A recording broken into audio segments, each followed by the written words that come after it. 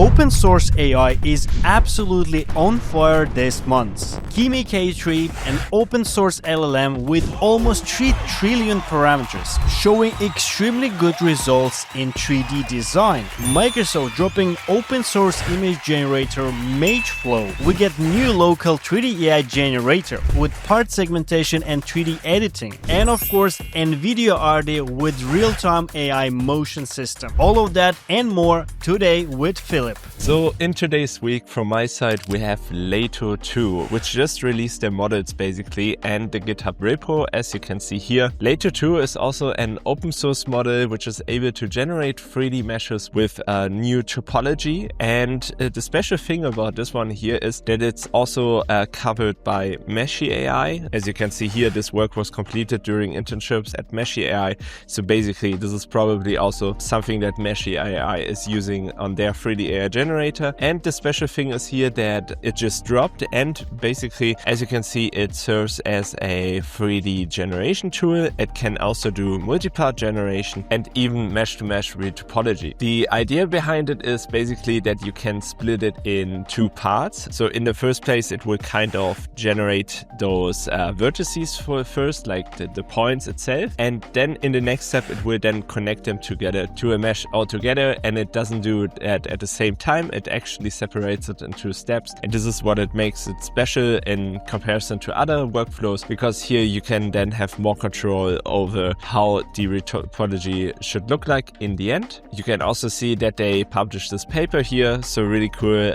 read, definitely and interesting. So in case you're interested in that, we will also link it down below. And great thing, since they dropped their models on Hugging Face basically, we can already play around with it, because there is already a ComfyUI version by Rislord, who also did some other really cool ComfyUI repositories for the 3D AI space. So huge shout out to him. And you can see here basically that his wrapper is using Lato 2 as a mesh-to-mesh remeshing. So basically you can then input any model locally in ComfyUI and then remesh it with this tool. One thing I have to mention here is that the results I saw from testing so far were not that convincing. So for example, the same owner here, he also shared a screenshot on Discord, and you can see here basically that the quality itself is not that great yet. It's definitely interesting to see that we get more and more of those local 3D AI generators that are also able to retopologize your mesh. So pretty cool to see that there is actually development ongoing in this space regarding this. But as you can see, this is all still very rough, so I hope there's even more development in the future. But in case you would like to check it out, the installation should be quite straightforward. It's just cloning the repository and installing the requirements, and then you can already try it as a remesher. In case you would like to see more about it, or in case you would like to have this more covered in detail, I'm also gonna share this in my next newsletter episode, so definitely make sure to join the newsletter down below in case you're interested. And now back to Stefan. Probably the biggest news in past weeks was the Kimi K3 release, and that is really huge. First of all, it's open source. The second, it shows amazing results, reaching very close to Fable 5, or sometimes actually surpassing it. And it's not surpassing it in agent coding, but surprisingly in 3D design, and that is actually very unexpected. And you can actually go and check it by yourself on the LLM arena. For us, that is very important one. That's why I already made a separate video testing Kimi K3 and comparing with Fable 5 and GPT 5.6, and I can say for sure it shows really great results. The video will be somewhere here. But not only results are impressive, but the efficiency. So it costs 3 times less than Fable 5 if you access it through the Kimi website. Deploying it locally definitely will require some serious capacities, but the fact that it's possible, it's insane. And 2.8 trillion parameters, that's huge. GLM 5.2, for the reference, has around 850 billion parameters, which is like 3 times less than Kimi K3. So that is absolutely fantastic. Again, if you want to see how it performs on actual 3D tasks, take a look on my video, and we're going to the next news. Next up, we have plenty of new updates for 3D Gen Studio. And this is really cool because in case you remember this from one of my past videos, I covered this tool already, because it's the first local 3D NVIDIA AI Studio that runs entirely on your own PC, and it has a really nice UI. The developer behind it, called Visual Bruno, he's working a lot on it, and he even now set up a desktop installer for you. So basically the installation is way easier than before. You can check out the desktop installer by going to the GitHub page from 3D Gen Studio that you will also find down below. And then you can, for example, click here on releases, and you will see this is the latest version, the version 2.1, and you will then have desktop installers for Linux, Mac and Windows. And it's very easy basically to set up this tool now. You always need a ComfyUI instance running in the background, but in case you would like to learn more about it, I will drop a video in the next few days explaining all the new features it has, because you can see here the list is very long. We have, for example, as mentioned, the desktop setup, but we also have like auto retopo, we have an auto rig with skin tokens that we can use. We have plenty of other tools basically, also even a mesh editor. So really cool stuff, because as you can see here, we then have this desktop app. It looks quite straightforward. You know, we have then this node graph where you can also split models and so on. Really cool stuff though. We have our assets here, and it's just way more cleaner and straight up than just having it all in ComfyUI. And you then have also like the mesh editor that you can see here, where you can do also basically a lot of tweaks on your mesh and so on. But all of this will be explained in my next video, so definitely keep an eye on that. Another very important release was ARDY by NVIDIA, and this is basically logical continuation of Kimoto and motion breaks that you saw before. Quick reminder, Kimoto was released in the beginning of this year, and it allowed to do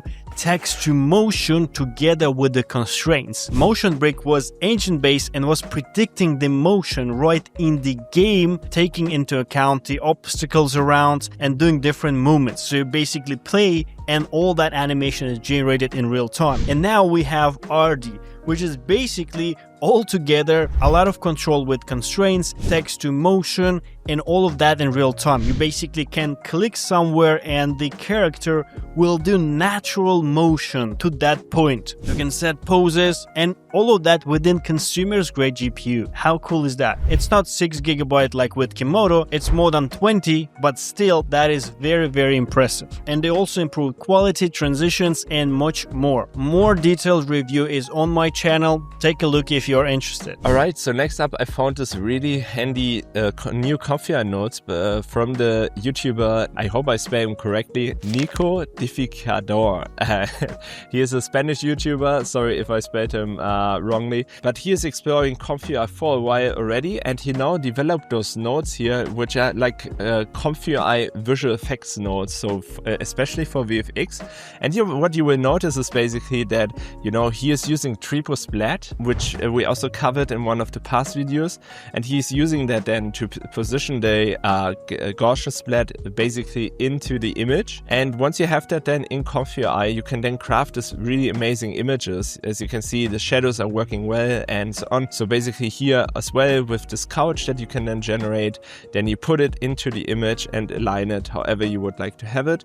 And then you can render it out and it actually looks quite decent. So that's cool. In addition to that, as you can see, there's also relighting techniques for like still images, which is of course also really cool. And you can then tweak it even further, applying different styles, and that all for free. So really cool stuff. And in case you would like to check it out, I will link it down below. And yeah, huge shout out to him here. Quite cool collaboration announced on SIGGRAPH this week by Tripo and MeshTailor. And this one is actually cool, I can tell by reaction from the community, because clothing is always tricky, right? Especially for different characters. And now we have promised that it will be way easier. You can generate any clothing with Tripo, and MeshTailor will actually make it work for any of your character. Can't wait to test it out. Maybe I also gonna make a video about it, but I also dropped a video about AI clothing with new Unreal Engine 5.8. also amazing thing. Now you can transfer weights for clothing and set cloth physics right in Unreal Engine, way easier than it was before. Take a look on that video if you missed it. And then last but not least, we have MageFlow, which is a new AI image generator by Microsoft. And you can see here basically that the images it's creating is quite decent, I would say. Yes, it's another AI image generator. There are plenty out there already, but I think it's always cool to have new options, also to create new depth maps, for example, in case you would like to have more details for your 3D models and so on. So cool to see that. You can explore the models here already. They are all available for you. And you also have then, MageFlow added, for example, as well as a turbo version. Really cool to see that, and definitely something worth to consider. As mentioned, it's created by Microsoft, and you can see it's a text-to-image tool, but you can also use like instruction-based editing to change the style of the images, if it should be rainy or whatever, to say change the style itself, and you can run that also locally in ComfyUI then. Another big thing from this week is on the SIGGRAPH. NVIDIA actually announced that they will giving Omniverse for free as an agentic toolset, or so-called Omniverse libraries. So long story short, NVIDIA Omniverse is about simulating physically correct worlds, which is extremely valuable for robotics, for big company simulation, all the manufacturing and stuff. For us, for game development, the value might be inside OpenUSD formats and bunch of physical libraries that will allow you to predict physical properties for AI-generated 3D models, etc., and create physically correct simulations inside game, especially if that game is about physically correct interaction with some object and stuff. This one is quite niche, but I'm super hyped that more and more tools become open and accessible. And apparently Agentic, if you don't know what to do with that, your Cloud Code setup will know what to do that if you ever need this. That is all news for today. Subscribe on my and Philip's channel, and we see you in the next videos.